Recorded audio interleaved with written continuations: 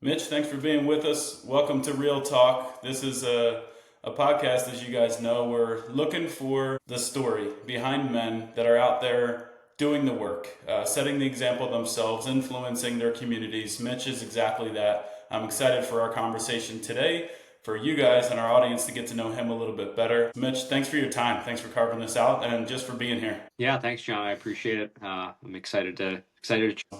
Awesome. I'd love to kick it off. Tell us a little bit about kind of the story behind you becoming a coach. Was it more like pain, passion, a little bit of both? Yeah, it's both. I think if we all kind of dig into why we get into coaching, there's always a little bit of both. Played soccer, ran track in high school, and soccer was my main sport. Track I used to get me better at soccer, but my track coach was just an amazing human being. And now, how many years removed from high school, I still am in touch with him. I still call him coach. On the other side, my soccer coach, it was performance based. And so there was no human side to it. My track coach time and again went out of his way to take care of me as a human being. So seeing both sides of coaching, it showed me that it's not just a title. It's what you're bringing to that coach athlete relationship. And so I went to college not for athletics. My father's a clinical psychologist. I wanted to follow in his footsteps, so I went to school for psychology. Once I graduated college, I came back to my hometown and I was out at the track. And the high school football coach pulled me aside and said, I need volunteers. He knew from my high school days that I didn't know anything about football, but he needed someone to kind of work the weight room. And so I didn't know a whole lot about exercise science other than just sort of what I did in college. And so I started there. Started as a volunteer, started as a kid who didn't really know a whole lot. And then over the last 15 years, both in my own schooling and just, climbing the ranks, so to speak. I'm now at my third high school, and it's just been nothing but pleasure ever since. So, Awesome. Awesome. And I know that you've got, so that's a passion thing. I know that the stuff and being involved in high schools, it's not something that you're doing for the financial impact to your family, probably. Like, right, there's a lot of passion behind that. But it sounds like that example to you early on is something that's come full circle where now you can do that for these other kids, which in those formidable years is like, it's just incredibly just generous. It's really, I don't know, just sincere of you to be willing to dedicate the time to give back and not know the impact that you're going to have at a young person's life. I've had countless conversations with young people, and you never know. One coach, one conversation, like it can really shape the course of a young man's life. That's so yeah. I admire you for the work that you're doing in the community, man. That's what helps build this. I think the communities, the cities, the country stronger. So thank you for that. yeah, thank you. Thank you. And I know you continued schooling and everything as well. So I don't want to undermine the credentials. So maybe I should have started the podcast and said, right, Dr. Mitchell or Dr. Davis. So it sounds like you've got the intellect there to put behind everything that you're doing with the strength and conditioning and everything. So you've committed to the learning and the process. It sounds like not just in your own life, but really what you're bringing to these guys. They're getting quite the breadth of knowledge when you step in and really can see that expansion of right psychology to helping them with their physiology. Like that's pretty cool. Yeah, yeah. The PhD was worth it. I can tell you, I didn't learn anything new from my master's degree, and just also from just being a personal trainer and a strength coach. You're not learning anything new. You're just learning to dig deeper, and you're learning to confront your own biases, and you're learning to take a step back and say, just because I'm doing this way doesn't mean that there's not maybe another way. And it also teaches you a lot. Of my PhD program, it wasn't just exercise science. I took some great classes, one of which was like cultural competency. And so learning, more about the humans in front of you, and learning how to relate and learning how to connect. So it was classes like that that stuck out to me in my PhD program more so than I got to just write papers on strength training, which I had been doing for years and years anyway. So Awesome. Awesome. So at about, you told me when we talked initially, about 15 years that you've been serving and giving back to the community and helping three different high schools. That's quite a bit of time, but that gives you a pretty interesting perspective as well. So would you define strength differently today compared to when you first started training? Yeah, absolutely. I don't know of anyone who's ever stepped into a weight room or to a gym for the first time and isn't just there because you have a very physical goal. I want to change the way I look. I want to be stronger. I want to be better at my sport. And not only is that powerful, I believe it's a prerequisite to gaining wisdom in how you're looking at strength. And for those adults who that's still how they approach fitness, that is great. They should honor that. I honor that. But for myself specifically, both in training myself and being around clients and athletes, strength just means entirely different things to everyone. And a lot of what I'm seeing and trying to honor is strength to me is whatever I deem it to be, so long as I'm going about it honorably, so long as it's what I want it to be. And man, it seems like each passing year, American culture with our social media and just everything is performative.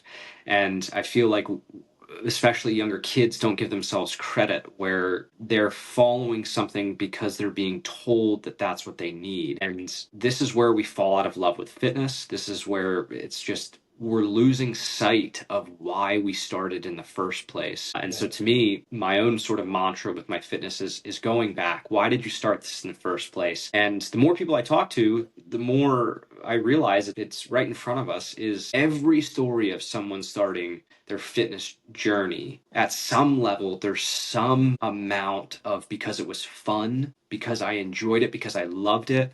And then somewhere along the way, we turn it into a job as a I must do. And when you Yeah. rip the love out of it and life smacks you around, it is very easy to give up on that thing that you no longer love. And so I think more of us, if we can keep spilling love and fun back into our training, now when life goes sideways, it might not be perfect, but I can hop back into my Yeah. training. It's no longer this neurosis of I must, I must, I must. And now it's yeah, I get to. Yeah, I love that definition. I love what you're talking about. I love your really what you said at the beginning, talking about giving back. That coach that saw you as a human, that was able to see you eye to eye, not knowing what else might be going on in your life. That's a gift that you're giving these kids. So thank you for showing up. Thank you for putting in the work, doing the work, what you're doing in that arena. One of the reasons that I love doing this and showing up on the podcast is because it just gives men a safe space to listen to other guys that are moving through different chapters, different lessons in life. And it's okay for us to talk about things that might have been a little bit hard, might have been a struggle, things that we've learned in the process. And if we don't openly share those and kind of increase the awareness around things that were tough or that really mattered to us, that kind of gives other guys permission to be like, hey, one, I'm not alone. And two, like they can do that. You can set an example in your community. You can help out the youth. Like when we look for those opportunities to help out these other kids, you don't know what they're going through or what home life is like. And I think you're right. I think that these social pressures, societal pressures continues to increase for these kids, these challenges to perform. And I don't know that anybody's taken the foot off the gas pedal. It's just like do more, do more, do more. And we're human beings, like you said. So like we're gonna hit a physical limit. We're gonna hit some frustrations. We're gonna have some experiences. So somebody there, a safe space to land and share like I'm a little bit off today. Hey, help me dial this in, or can you help me with this? Like my brain's just not in it. Like what would you do when you went through this? Or what good book did you read? Like that's a gift. I'm sure you have many kind of off-collar conversations that have nothing to do with the sports or the training or the anything. I can just envision you kind of being a mentor as well with these kids in life overall. So thank you for showing up in that capacity because that's phenomenal. Yeah, thank you. And you're 100% right. Anyone can write a program, and it's so easily accessible online. And I think as coaches, we tend to look at the wrong things, and we say, you know, we should be doing this exercise and not this. And especially at that age, you basically throw anything at them, and they're going to get better. And so if they're not bought in, then they're not going to get better. And when you get them believing themselves and believing in you and there's trust, most of what I do is spent simply connecting with the kids, Believe it. especially in season. Um, Absolutely.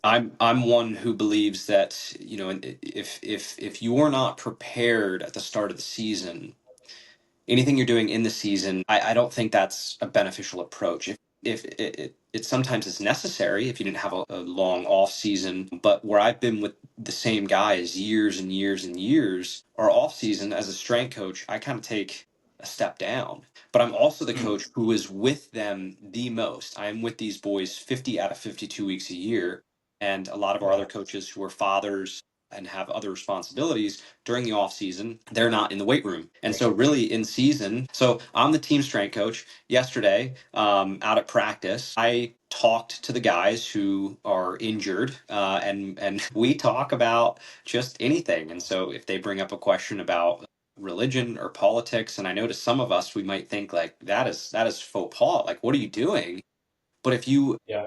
genuinely connect with your kids and you create an environment where they know that you genuinely want to hear their opinion, regardless if you agree or not, they all of a sudden, this is now a safe environment for me to step into and to voice my opinion. Where, for the most part, anywhere else, they're going to be told, well, you're too young to understand, or immediately someone is trying to tell them, no, no, your perspective is incorrect. And so, Yeah. yeah, I'm the team strength coach, but in season, some of the other coaches they joke around. It's like, oh, you're a team mom. Like you got to be there to give them a hug and build them up when things aren't going their way. It's like, yeah, I am. And to me, that's the fun stuff. I like the Yeah. exercise science, but to be able to step in to just political or religious discourse with a kid and for his eyes to light up and it's like, oh man, like I actually get to go to battle with this adult and they're not going to belittle me. That's cool Yeah. because now that kid, he has that experience of talking about some sensitive stuff and he's learning how to do so appropriately and he's learning how to actually seek for truth and not Yeah. just dominate his opponent. Yeah. Inversely, I have the same conversations with adults where it turns into a pissing match. Like, who can get in the last word?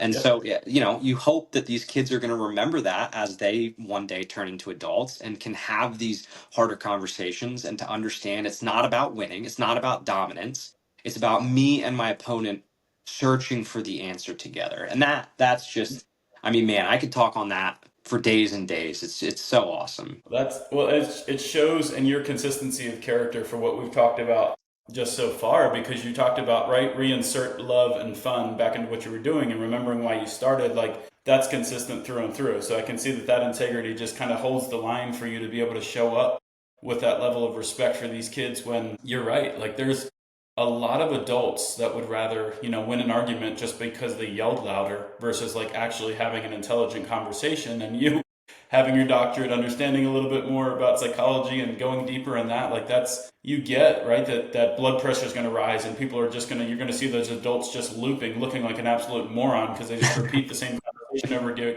They've elevated their blood pressure. Now they can't, think they can't insert new information. Like that's not the way to get to see where somebody else is coming from, and it just completely overrides the golden rule, right? Treat somebody else the way you want to be treated. Like I tell my kids all the time, it's so simple, but these kids, I love that you see them at that level because these kids then have permission to help hopefully remind adults. Remember why you started. Remember it could be simple. Remember before all this hardness and this busyness of the world got in the way, you really had fun with this. You really enjoyed doing, X, Y, and Z. That's exciting. My 6 and 7 year old yesterday were walking out of the front door, and the 6 year old's super scared, and the 7 year old's like full send and jumps down 3 steps, and he's like, "You can do it, you can do it, you can do it." And he's like, "I don't know, maybe one day," but like you can see, but those little confidence builders and these kids, he did it because it was fun. He wasn't calling his brother a wimp. He wasn't like insulting his brother, like right. They just naturally do these things. But I think that's what you're talking about too. It's the ability to move freely Yeah. with fun, like just because it's enjoyable. Like do I at 41 years old? Yeah, I should be able to jump down a few steps with my kid without like breaking an ankle or snapping something. And I want to be able to do that and continue to keep up with these guys. And I love children for that reason. I love that you kind of brought that aspect into it. Yeah, it's probably why I have so many, having 9 kids. Like it's fantastic. We could talk about that for a long time, dude. But I love that piece of it. But That's I'd love awesome. to know I'd love to know what shaped you in your role. So like as a husband, as a father, how do you stay? Because you've got to have enough in the tank to bring back home, right? To serve your own family. So, what experiences shaped you most as a husband and a father to kind of keep you grounded in your truth and filled up with your light to be able to share with others? I got sober. So a few months Right. after Wyatt, my son, was born, my wife made the bravest, boldest, and most selfless decision anyone can make. And she told me it's either the alcohol or your son. And she left. And we were separated for a bit because she wasn't going to, she was protecting herself as she should, but she was going to make her life harder for her son. And I'm fortunate enough where I got to look this 6 month old baby in the eyes and realize at most I would get to see him on weekends. And so Mm, then it was a lot of therapy, and my therapist is still a great friend of mine, and we now get together once a year and we go over all the books we've read. And so I was also fortunate that I landed with a great therapist who he himself was an alcoholic. And so I had this rock bottom moment where it was either you get to pick yourself and you've always picked self, or for the first time in your life you can pick other people. And I was a coach before that, right? And I wow. still and Yeah. I was a good coach, but I wasn't a loving coach, and I Mm, was concerned with the weight on the bar.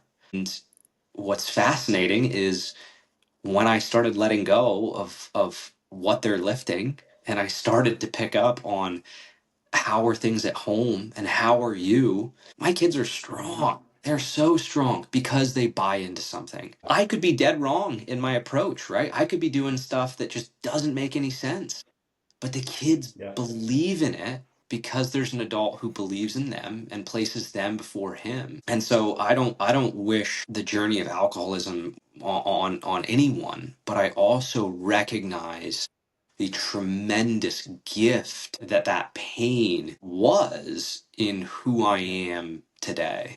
That's awesome. Thank you for sharing. Of course, Thank you of for sharing. course. That's not easy. Guys like listening know it's not easy because they know the weight of everything that they still carry on the inside.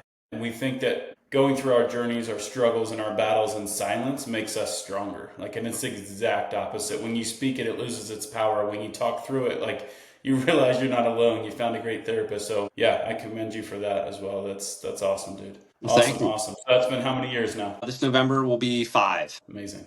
Yeah, Congrats. yeah. Each Yeah. each year gets Keep better. celebrating that. Absolutely, Love it. absolutely. Love it. So how do you define success? Because everybody kind of has a unique definition. I'd love to hear yours. 3 words: follow your bliss. To me, that's success. And American culture, you hear the word bliss and you're kind of like, okay, like follow your passion. Bliss, we could spend the rest of our lives trying to define it. And instead, bliss is just something you know, it's within you. The closest I can get is when my son Wyatt is just amped up about something and he's just like he can hardly contain himself sharing this in the grand scheme of things, like as an adult, like it's a Lego or something and it doesn't mean anything, but that's his entire world in that moment, and I'm amped up because it's just two guys talking about nonsense, and it falls short with words. And so bliss is what wells up inside you, and it brings that childlike wonder and that joy and just that overwhelming sense of this is all so much bigger than me, that I'm worried about what is I shouldn't be worried about. If more people could sit and meditate and pause and reflect on those brief moments of bliss, those brief moments can just catapult us the rest of our lives if we let it. Cool. So cool. Yeah, so cool. The work you do now, I'm sure you've got some routines. So tell me about the daily non-negotiables, like some routines that are fueling your strength to keep going in all the areas you push and serve and what you do in the community and at home. My only non-negotiable is that I just tell my son and wife I love them every day. That Mm, anything beyond that I don't have. Now, part of that okay. is because as an addict, you're a perfectionist and you latch on to things. And my wife does a Yeah. phenomenal job of letting me know, like, hey, you're getting neurotic with this, knock it off. Now, I like to lead with that because we get too caught up in perfect, and instead we should be looking Mm, for good enough. And so right. I do a tremendous amount of reading. Reading, if I could have a non-negotiable in a day, it would be reading. I love philosophy. I love myth. I love reading of religion. And so most days I try to spend a considerable amount of time lost in literature. But if a day goes by where I don't get to read, over the years I have learned to let that go. So learning, I guess the first thing would be learning. Cool. I and then taking care of your body. And over the years, it's had many different. It's looked very different. Right now, I'm really enjoying running. I think that goes hand in hand with a lot of the philosophy that I read, where it's an hour of silence and you're just doing something repetitive. And it's amazing Yep. how fast my mind is turning over on these runs, just kind of rethinking everything I just read earlier that morning. And then I think a big one that people really miss is, where in your day are you finding time to relax? And where in your day are you finding time to have fun? And if you're missing one or both of those because you think that you have to grind and you have to push, I think you're missing a huge part of life. There's no rule that says you can't go through life only focused on fun. I'm not saying that we should do Yeah. that, but we have sort of bastardized the concept of fun. Whereas as a father, I can't have fun. It's responsibilities and only responsibilities. When, man, life is a whole lot better on the side of fun, where you're taking the moments to appreciate all the gifts you have laid out in front of you. Yeah, agreed. Agreed. And I think when I was looking through some of your Instagram videos and things that you've shared, I noticed you had one that went incredibly viral, and it was the comment section were hilarious when I was looking at that, right? It was like the topic of the video was like, leave the damn door open. And I was like, oh my gosh, right? Over 3 million views. Like, it triggered Yeah. some people. Yeah. Which is good. Sometimes people need a little bit of triggering and a wake up call, but that's coming through in everything that you're saying, man. Like, it's these kids that just want to be right. Kids spell love Time. Like, that's not. They Yeah. don't know how to spell OEL like we do. It's access to us. Do they have access to a safe space, a safe father? Can they connect? And I think what you're saying, like, you're reading, you're doing the things, you're doing the work, the non-negotiables. So I see you. I see the work you're putting in. And I love everything you're doing. I see the man you're working to grow into and the example you're working to set. It's a beautiful thing. I realized, gosh, I'm trying to think. I think it was around my fourth or fifth child. Like, I realized when I was talking how intimidating it must be to this tiny little growing person for an Mm. adult, a towering 6 foot adult, to speak down to them. And the moment that I started to kneel down eye to eye and connecting with my kids or laying on the floor when we speak, like, the whole thing changed. The energy changed. The conversation changed. Like, that's when they jump on you and wrestle you, and they're like, "Oh, he's at my level." Like, I can. They feel safe to engage, and creating that, I can see how intentional you are, and how much you love your wife, and how much you love your son. Like, that's such a beautiful, reassuring. That fills me up. Like, it just does, to connect with other dads that are engaged in that work, because we are all imperfect, working on being the best versions, breaking habits, breaking traditions, and Yeah. overcoming. The real reason this exists is to help men rise above the mediocre, poor, miserable standards that the world has set for us as men. Like, we can do and be so much more. And I see so many men settle. So thank you for doing the work. Yeah, yeah. Well, thank you, and thank you for those kind words. That means a lot. That's awesome, man. I love it. I'm over the next year, over the next 12 months, a question I love to ask, like, what keeps you going? Is there any short-term things that you have just in this next chapter, this next year, that you're most excited about leaning into? So 2 years ago, I realized that the New Year's resolutions, you have the two camps of people where it's, oh, I'm gonna whatever fitness routine or whatever, I'm gonna lose weight, and then the people are saying, oh, the New Year's resolutions are stupid, like why bother? And Yep. I thought, like, what if you actually made it something meaningful to do and you stuck with it for a year? And so 2 years ago, Yeah. it was to start saying I love you more to my athletes, to my friends, to everyone. And it was to just pour love out. And I realized that it was the holdup was not in saying it, it was in our absolute terror to not get it in return. And so I had to get over that over the first couple of months, especially man to man. Men don't like to say it. And so, Yeah. hanging up the phone with your buddy saying I love you, and he says, "Yep, man, see you later," right? Like, it didn't hurt that I said it, it hurt that he didn't say it back. And so once you get over that hurdle and you continue to say it, it's like you're getting so much more men who are able to say it back. And so it was a really great year. It was really eye-opening. And I said, okay, this is now this year. It's what do I want to do? And so this year it was be more curious. And this Cool. year has opened so many doors where I'm able to see both sides. And it's amazing how rare in real life, not the internet, in real life, where we stumble across extremism of any kind.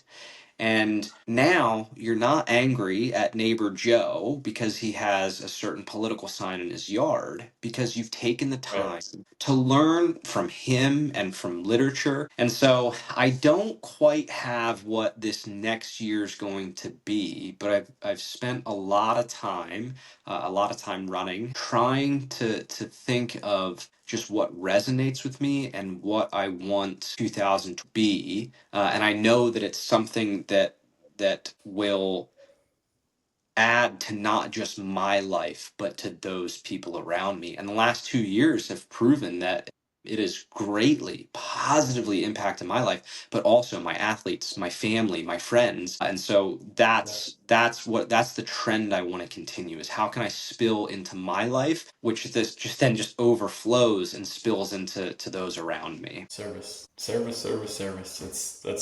a powerful tool. Yeah. Underutilized, underrecognized. So you're looking for ways to serve. It is the common theme for the men that show up here.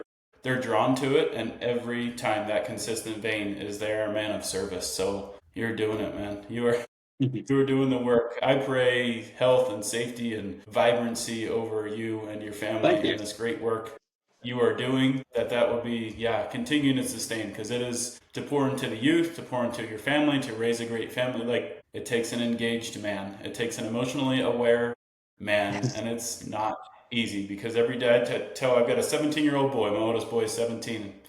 Dude, every day, like, you got to show up. And the reason why is because Satan, the opposition, like, it shows up every single day. There's not a day that he won't be there. So, like, it's up to you, right? We've got to make those daily choices, which is the real mantra here for real. That's what it stands for, REYL. It's recommit every day you live. Like, it's a daily intentional choice to stay on the path.